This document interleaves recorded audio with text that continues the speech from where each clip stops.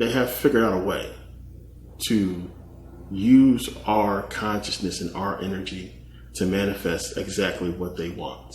They are master manipulators. If any of you get into the archons and get into the demiurge, I talked about a little bit, and start understanding about what the Gnostics talk about as far as these archons and what they can do, how they are master manipulators and able to manipulate information and use it to create new stuff. They can't think of nothing on their own. They can't invent anything. They have to steal everything. And when you start to pay attention to that and look at our oppressors and how they have been doing things, you see how it kind of fits. And this is exactly what they're doing. So, you have to understand, one, everything is information. Energy is information. And that is very important to understand and know, because you got to think about it, even if when you take it back from consciousness to energy into those atoms and elements. Those atoms and elements, or those atoms got to come together, those hydrogen atoms. Certain amounts have to come together to form certain elements, to give us certain particles and elements, to give us certain materials. That whole process is knowledge. That is information, I should say, excuse me. That whole process is information. It's information. And it's one of the reasons why they call the internet the information superhighway.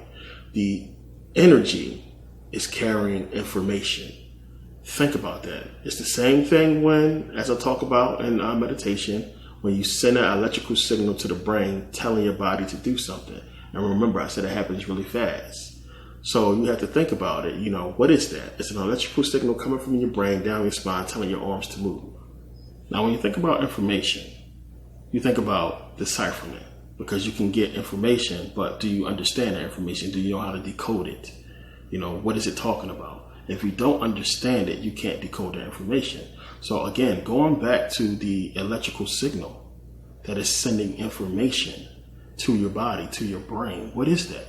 What is the language that it's speaking that your body understands it and is able to execute the plan?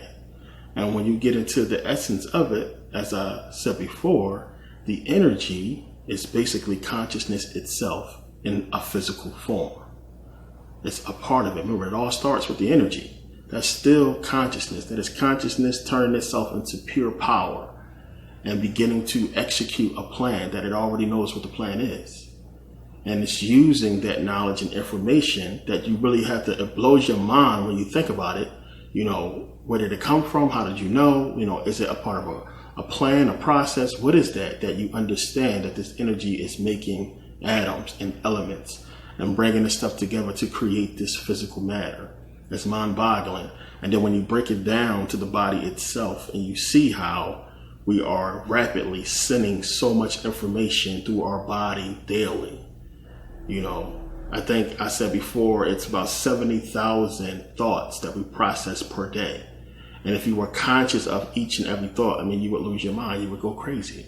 There's no way you can consciously process 70,000 anything in a day.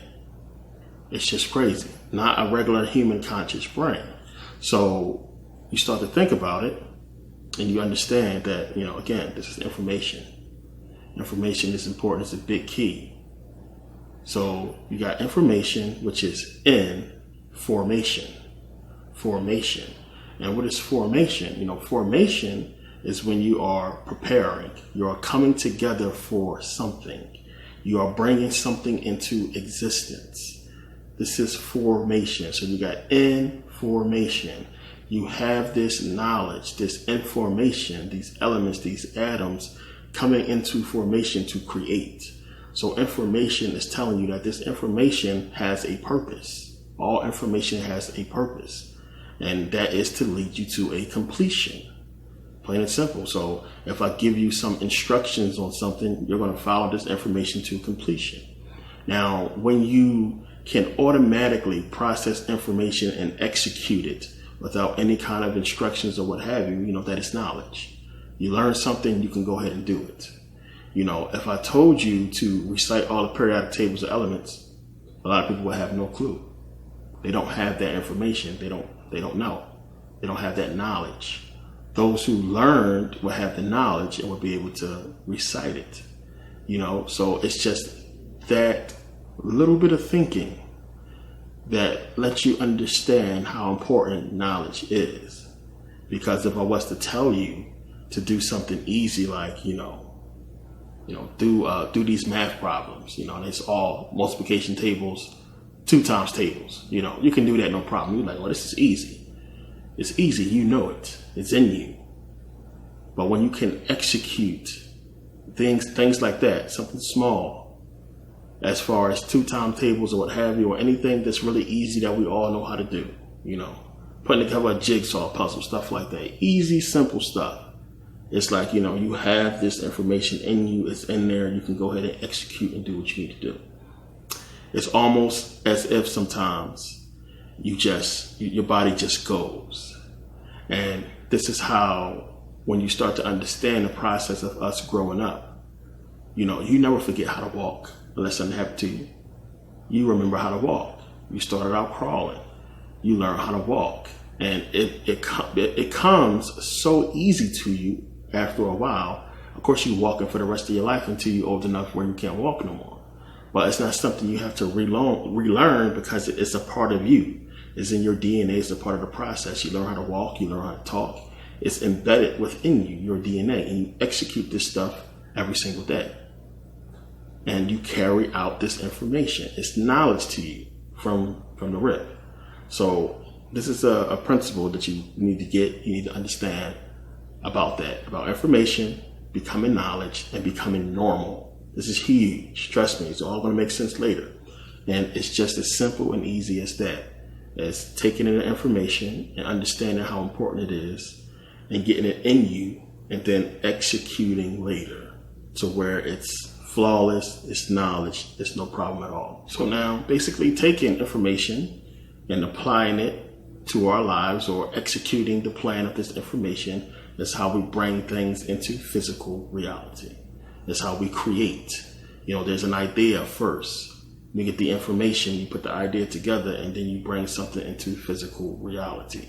Now, the process, the time that you spend applying information and creating and bringing things into existence, the more time you spend on this, over time you acquire knowledge, because you have repetition of information that you are using to bring things into physical existence. And eventually it will become second nature to you, and it will be knowledge to you. Knowledge. A master doesn't go and pull out a book. He doesn't really speak on things that he doesn't know about or hasn't experienced. He has experience, which is why he has knowledge. He's old, wise. And sometimes, of course, we got to pull out books to show and prove things to people. But for the most part, when we pull the book out to show you this stuff, we already understand what it's talking about. We have prior knowledge. And as I talked about in the Frequency DVD, when you get to that point where it's knowledge, you get this stuff in you. As I said, you know it by heart. And this is where this energy emits from, the electromagnetic field, coming from the heart. That's how we tap into the energy of the universe, the energy of this planet, and how we, will later learn to manifest. And it's everything. Getting it in here and knowing it first. Knowing is really important. So when you understand that, when you start applying all of this information and you have this knowledge and it's coming out naturally, normally, then this is how we bring things into existence. Plain and simple. So you can't just go and, look at something that's really complicated and then execute it. This is why we go to school. This is why you have to learn. It's important. You're not just going to accidentally, build a computer. You're not going to accidentally put together a car. It requires prior knowledge. You need a lot of information to do that. And, when we grow up and we are taught to walk and talking, can you imagine trying to make a little baby comprehend speech? It's built into our DNA. So eventually that's going to come. Walking as well. We show a little bit. But over time, of course, you see kids, they get up and try to walk all the time when they get to that certain age. The information is built within us. So when you start to understand this gives us proof positive that there's a dualistic nature to us and to reality. And that's going to be one of the biggest things we're going to get into in this DVD. It's understanding that there's a dualistic nature to us. The reason why we know that is because, as I said, you're not just going to accidentally build a computer. You need knowledge. You need to understand what that is. If you didn't learn this stuff or know it, how the hell are you just going to put together, a computer without no prior knowledge? It's not going to work. You're not going to know where to start.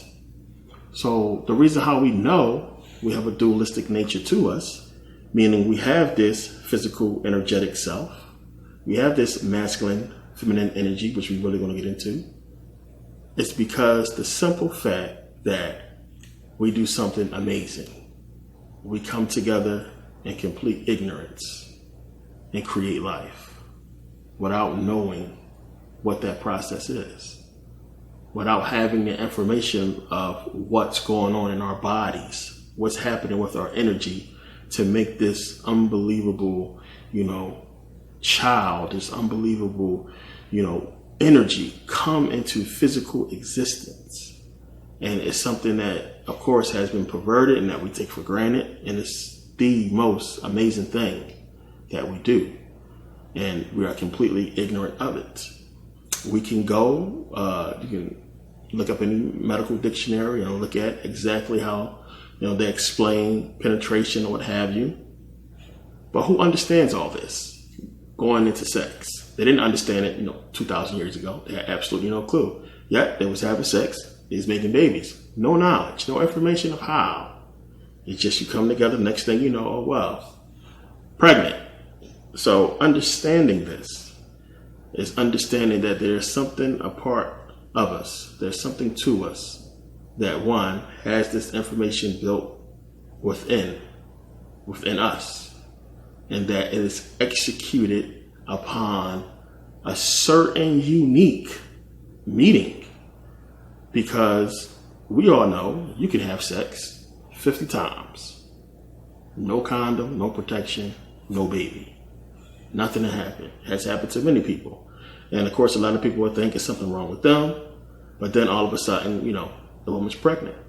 I can speak from experience. Been in that situation before. Where it's like, man, she ain't pregnant. What's going on? There's something wrong. So this is something that we're going to touch on and get into to really get you guys to understand the dualistic nature and about masculine and feminine energy and how it appears in so many different things. And it's one of the major keys to manifestation and understanding how to apply this whole energy and power that we have to our physical reality and into our life. So again, we have complex formation of a child without prior knowledge. We have manifestation of a physical being without prior knowledge. You have a baby that grows and develops inside of a woman's womb. And she has absolutely no clue exactly what's going on or what is developed and how it grows and how it forms. No clue at all. It's just 9 months, bing, time to pop the baby out. And it's like, wow, there it is. But no knowledge and, no information. It's the same with the dream world. You go to sleep every night, have absolutely no clue that you are in the bed sleep.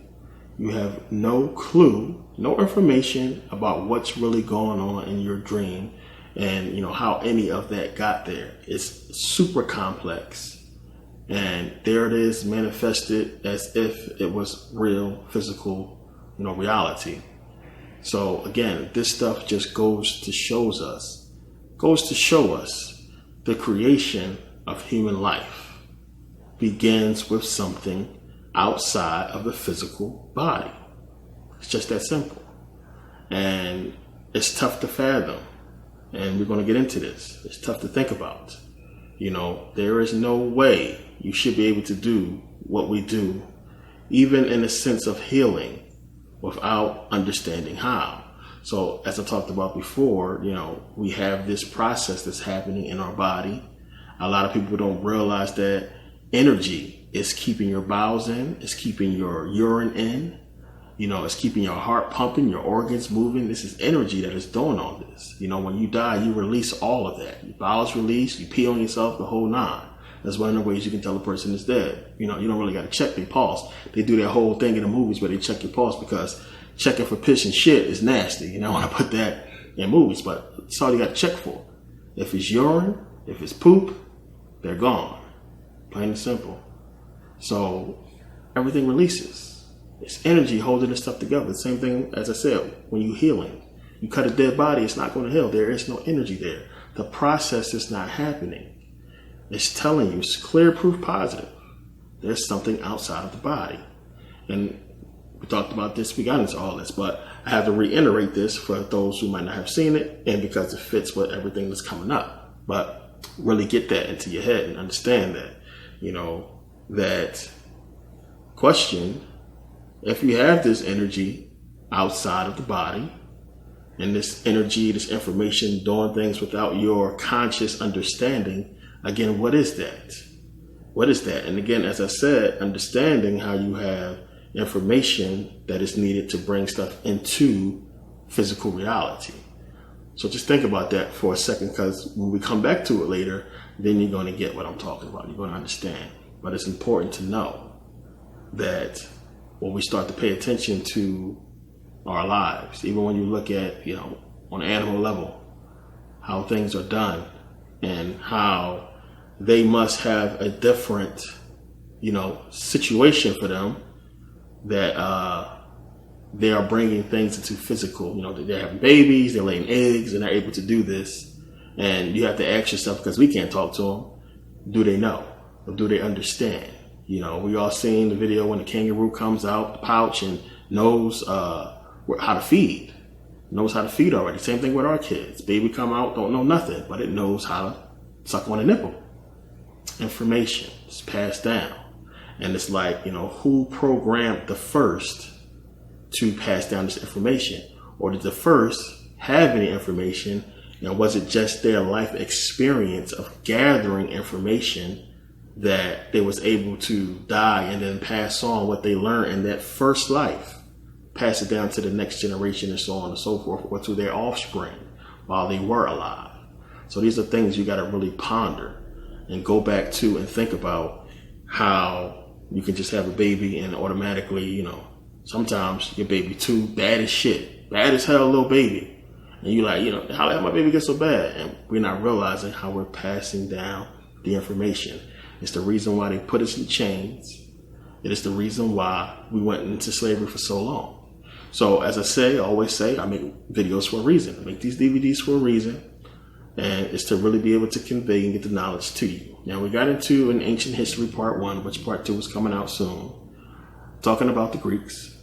Talking about how the Greeks are behind all this stuff. Same thing in Greek mythology part 1. We got into all this information. And you really got to start to understand that, they have been good at hiding who they are and what they have done. So a lot of things that you might want to figure out, you're going to realize you got to go back to the Greeks. You got to go back and look at the Greeks, who was, closer to Kemet than anybody. They was there. So we look at, in Greek mythology, or we look at Thoth, Tahuti, and we understand the correspondence with him and Hermes Trismegistus, or Hermes, what they call him in Greek mythology. And Hermes has, the cult of Thoth, and, you have the whole Kabbalion, which we'll get into here as well. You have the Kabbalion, you have the Kabbalah, and you have this knowledge that was basically, coming out from the Greeks for a while, getting into exactly what I have been speaking about here. So now, with the whole Kabbalion and the whole cult of Thoth and the Hermetic texts or what have you, all that stuff is really getting into a few different things. And, it's really talking about the physical, mental, and spiritual planes. It's talking about the principles of polarity, rhythm, vibration, the principles of gender. That is big. We won't get into that. Cause and effects. I talked about in the Metal Netter series about how there's no way you can equate the Egyptian hieroglyphics into our alphabet. This is basically externalized aspects of nature. It is in nature anthropomorphized and personified to give us an allegorical story about the nature of reality, the human body, existence itself, the purpose of why we here, and everything we're trying to figure out as far as what happened in the past. It is so much information that has been put into so many different characters, beings, deities, to really express this one universal story or principle or law that has to do with everything. And this is what was in Kemet, what is still in Kemet, and what they got out of there. So as I said before, there's no way, because I said you got a lot of people who believe the metal netter was never deciphered. And it's really hard when you start to see what these people are doing and what they are using. There's no way they left Kemet and let it be buried in the sand without getting this knowledge first. And they understood that the knowledge was so powerful and it was so good that they didn't care about the gold, the diamonds, the artifacts, or anything else. They left. They let it get buried. They didn't care. They let the Arabs take over Kemet so that we don't get it, because they understood the key to this was us. And they let it go because the information that they got, what they deciphered and understood, was that much more powerful. You got to really think about that. So, I said before, they are using this stuff against us. And what they are using really is the teachings of Thoth, of Tahuti. This is why Tahuti is associated with magic. And you have Hermes associated with Tahuti. Hermes is basically where they get magicians and wizards. It's from Hermes. Hermes also said, know thyself, as above, so below. And when you start to pick this stuff up and understand where they're taking this stuff from, it tells you that they understood the glyphs. They understood what the Egyptians was talking about. And all of this information is esoteric. It is occult. It is so hidden. And it's like so damn near. I mean, you have to be obsessed like me to really start putting this stuff together. But they did a long time ago. And it's because I've been obsessed and because I've been digging into this stuff for years that I've been able to put this stuff together and see what's going on and to realize that we are experiencing it every single day.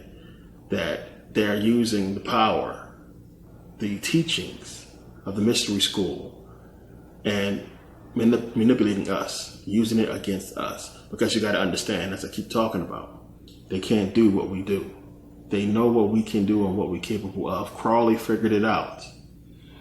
And if you can't use the energy to manipulate consciousness, to manipulate, let's just say, the material world, if you don't have the pineal capacity or the energy, the melanin, to manipulate matter, to manipulate the consciousness and what's going on the planet, you have to control the people who can.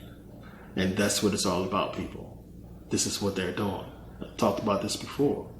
They are using us. I don't think you grasp or understand what I'm saying when I say they are using us to fulfill their agenda, to create the reality that they want.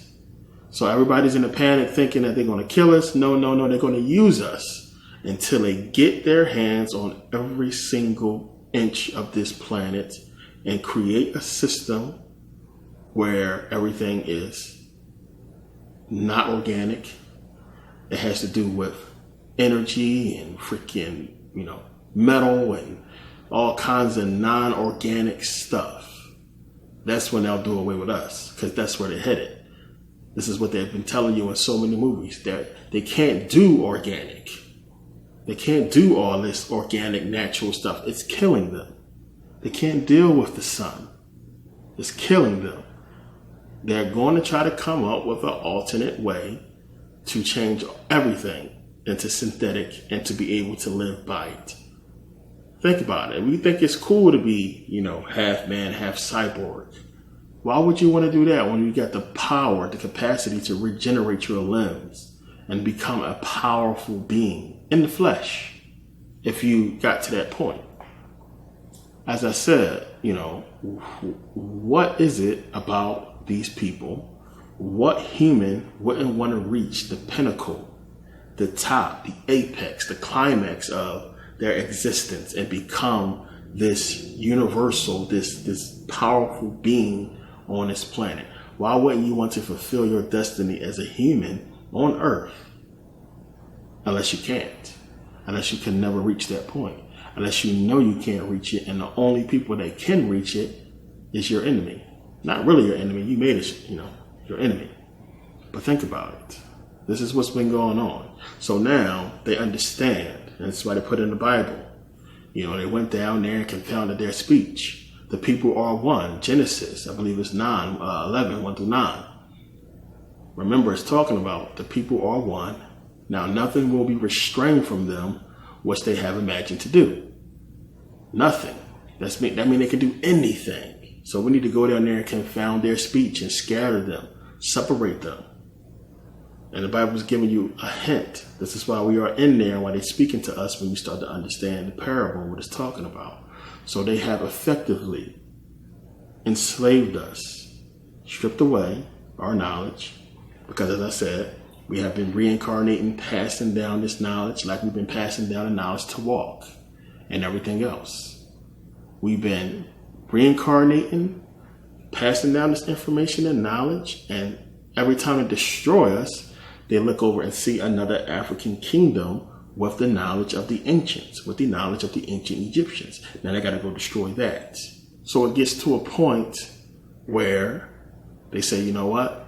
We got to come up with some kind of weapon. We got to go and take all of these kingdoms down, enslave them for hundreds of years until when they reincarnate and pass down their information, the only information they pass down is the information of a slave. And this is what we have been effectively passing down.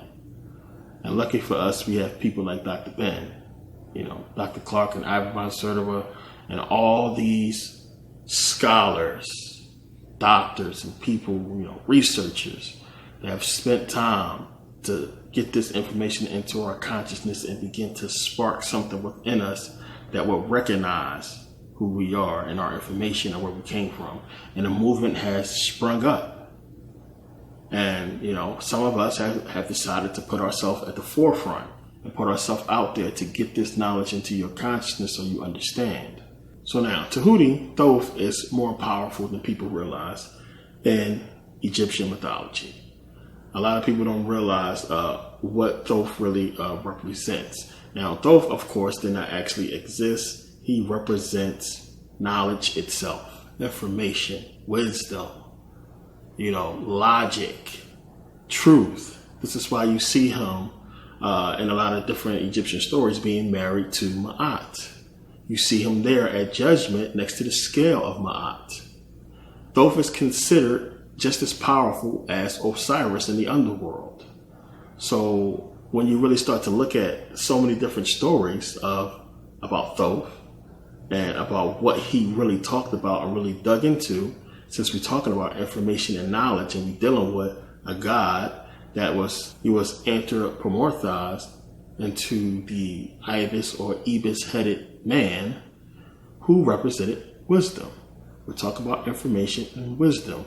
So where else would they go to get the information that they needed? They would go to Tahuti.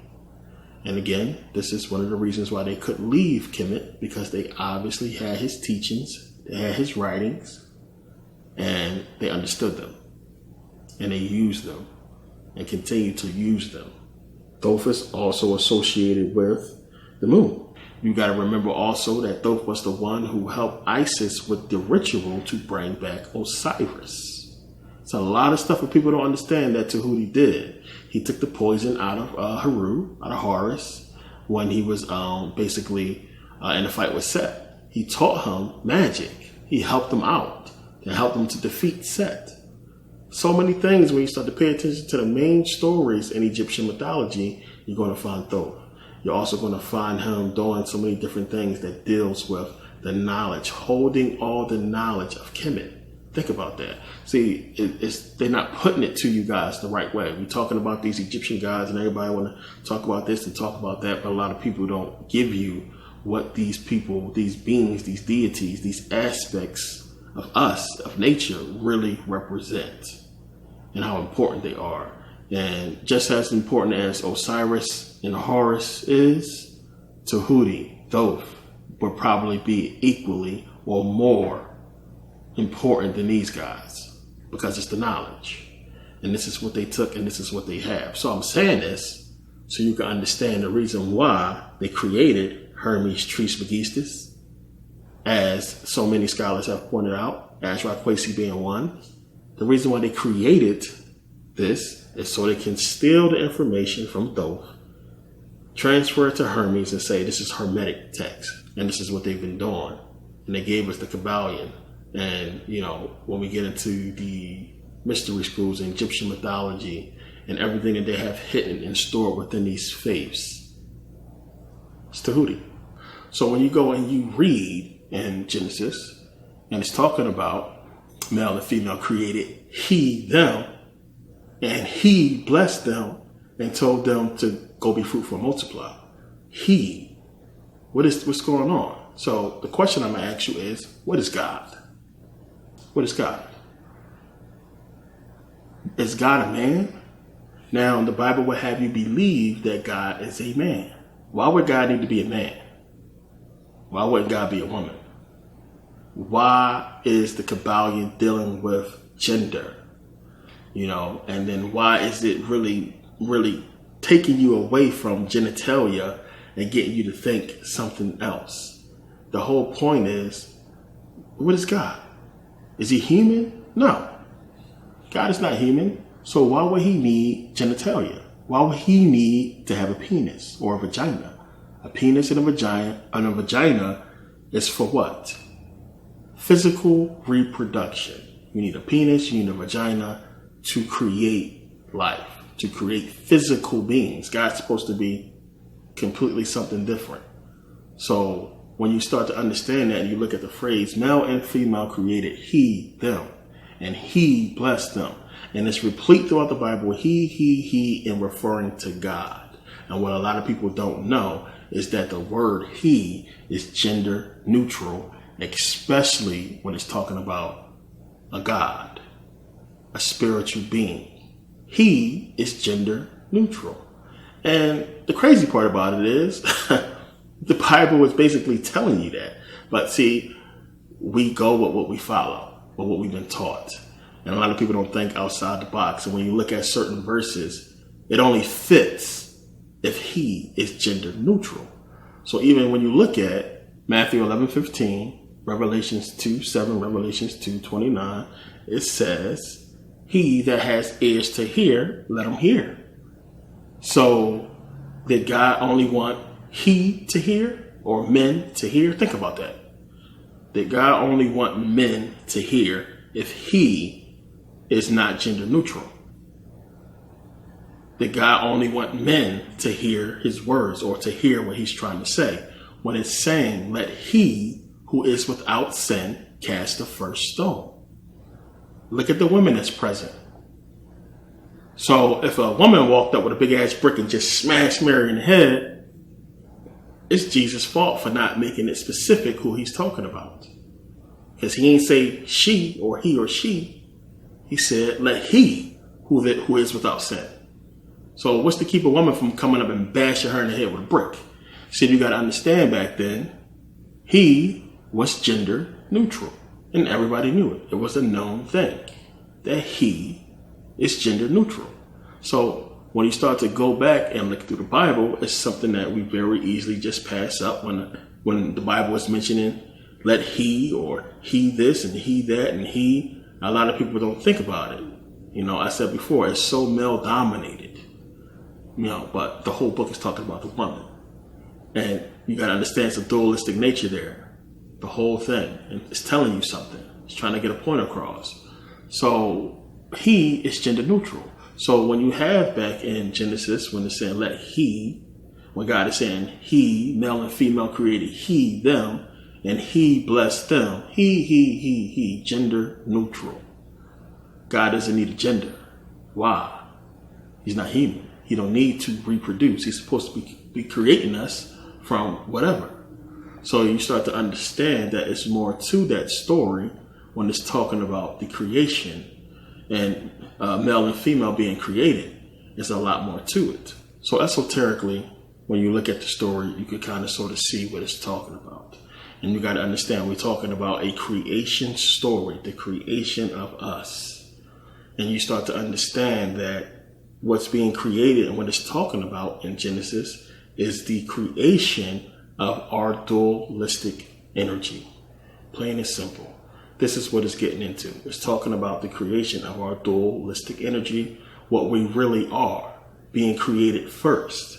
So as I talk about consciousness into energy, this is what it's basically getting to on a smaller level, trying to hint to exactly what it's talking about, which is the reason why we get into Adam, or the atom. So Genesis 1:26, when he is saying, let us make man in our image, giving us the creation first, because remember, we're talking about the beginning of it all. At first, of course, before we was flesh, we were spiritual. So it's giving us that spiritual creation first. Male and female created he them. Adam is the soul, or the spirit turned into flesh, the living soul, plain and simple, on this earth. He became a living soul. What you have to understand, and how you bring this thing together and understand what it's talking about, is when it's saying, and God said, let us make man in our image, after our likeness. Who is he talking to? He's talking to himself. And when you begin to understand the dualistic nature of us, you understand that it's talking about God himself. Our true nature is both male and female. Our energy is both male and female. Male and female created he them, and he blessed them. It's giving it to you right there. So when he's talking about let us make man in our image, he's talking about exactly what he is, because he is not a male, a man, and he's not a woman. You're talking about God, it's supposed to be energy, which you'll understand, that's us. Same thing. We are gods, plain and simple.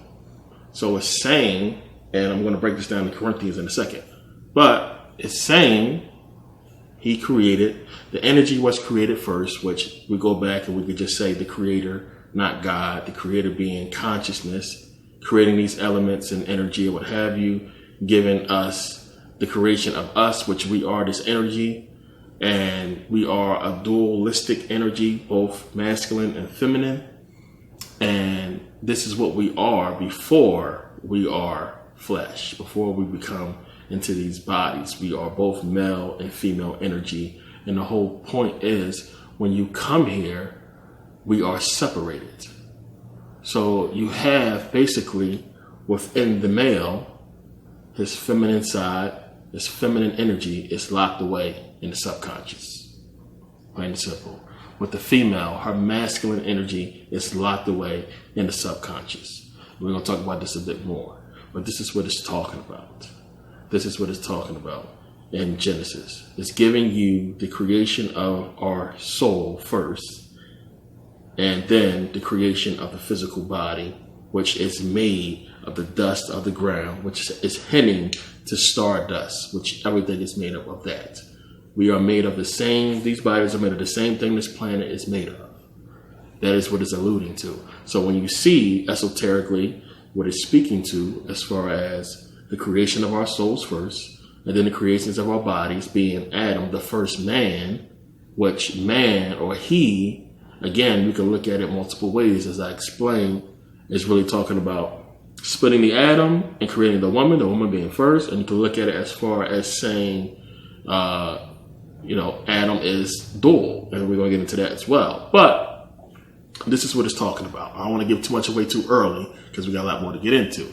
But it's giving you the creation of our masculine and feminine energy in Genesis 1:26 first.